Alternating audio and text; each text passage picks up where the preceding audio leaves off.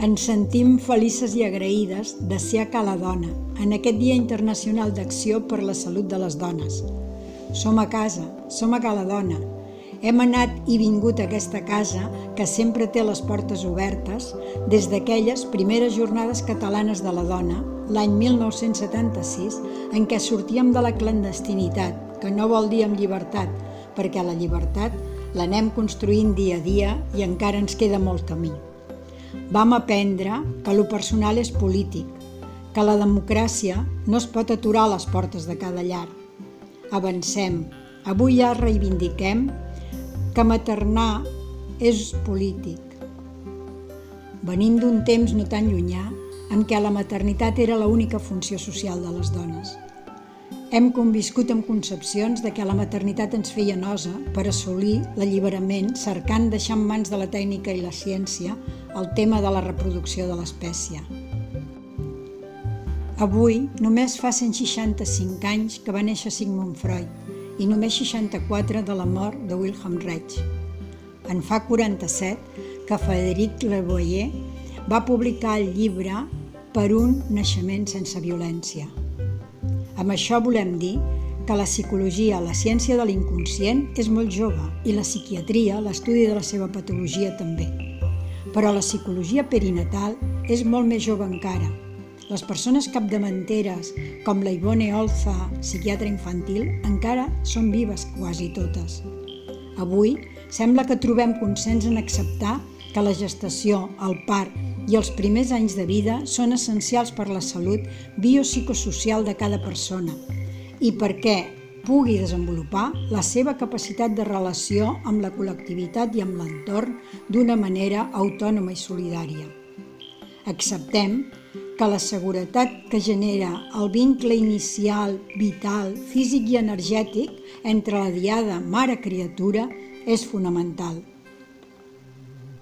També sembla que acceptem que la dominació de classe, de raça o gènere s'exerceixen sobre la por que inhibeix persones i pobles i amb la repressió quan alguna persona o poble escapa a la inhibició. Per això, acovardir les criatures és fonamental per qualsevol sistema de dominació, començant per condicionar la seva gestació, creant inseguretats innecessàries a les mares, estats d'ansietat, d'angoixa i d'alerta innecessaris amb tants controls que viuen i transmeten a les criatures que gesten. Continuant amb la intervenció sobre el part de la dona i el naixement de les criatures. I planificant, després, com debilitar i doblegar les criatures, educar-les per adaptar-les al sistema individual i col·lectivament, a les cases, dins les llars o a les escoles. Amb claretat ens deia Victòria Sau que malauradament les dones som ensinistrades des del nostre naixement per ser fidels transmissores dels codis de conducta i pensament del sistema. I la Casilda Rodríguez ens diu com les dones tenim a les nostres mans el bé més preuat per la transformació social que són les criatures. El futur de la humanitat, homes i dones, està a les nostres mans durant els primers anys de les nostres vides. I ens ho mostra Maria Asunció Berenguer Ruiz en el seu preciós documental Criatures.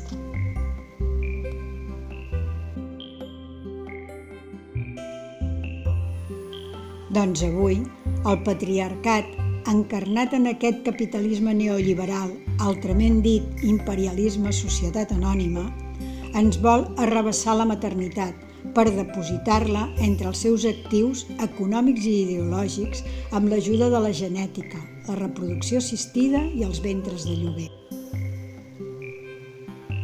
Així, proposem preguntar-nos: on quedaria la cura del vincle vital inicial, físic i energètic amb les criatures? On quedaria el respecte a les necessitats fonamentals de les criatures humanes? Aquí, en aquesta petita àrea geogràfica del planeta, només fa 50 anys que les dones podem escollir ser mares o no ser mares, maternar o no amb plaer i drets les nostres criatures, encara que molt poques d'entre nosaltres tenim condicions econòmiques per fer-ho.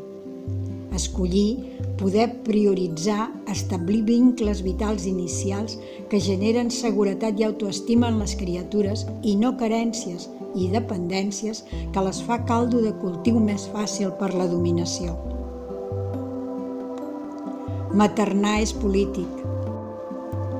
Avui és un privilegi de les dones entomar la responsabilitat d'acompanyar criatures en lo possible, lliures de carències on germina la por, permetre'ls créixer resistents a les imposicions, fortes per defensar el respecte i la confiança en la vida, perquè encara la maternitat és nostra, a les nostres mans, és del nostre úter i del nostre cos.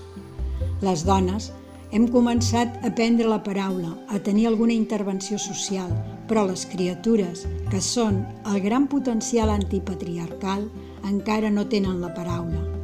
És un repte per totes nosaltres posar el punt de mira en les necessitats fonamentals de les criatures humanes. L'Associació Nou Món, acompanyant Migjorn, al presentar l'exposició al Parc des Arts, sentim un gran agraïment per l'acollida que ens han donat les dones de la xarxa de la salut i les de FEMAR especialment. Celebrem haver-nos trobat avui amb les dones de Petra, maternitats feministes, amb les llevadores de l'Associació Catalana de Llevadores i les llevadores de l'Associació de Llevadores de Part a Casa Catalunya. Aquest projecte, el Parc, motiu de creació social i artística, impulsat pel 20 aniversari de Migjorn, Casa de Naixements, és un procés dinàmic, no està tancat ni acabat, és una llavor que germina. Vol portar al món simbòlic i a l'imaginari col·lectiu aquest fet essencial amb una mirada amorosa, amb la bellesa i la tendresa que ho pot fer l'expressió artística. Moltes gràcies, companyes. Entre totes ho fem quasi tot.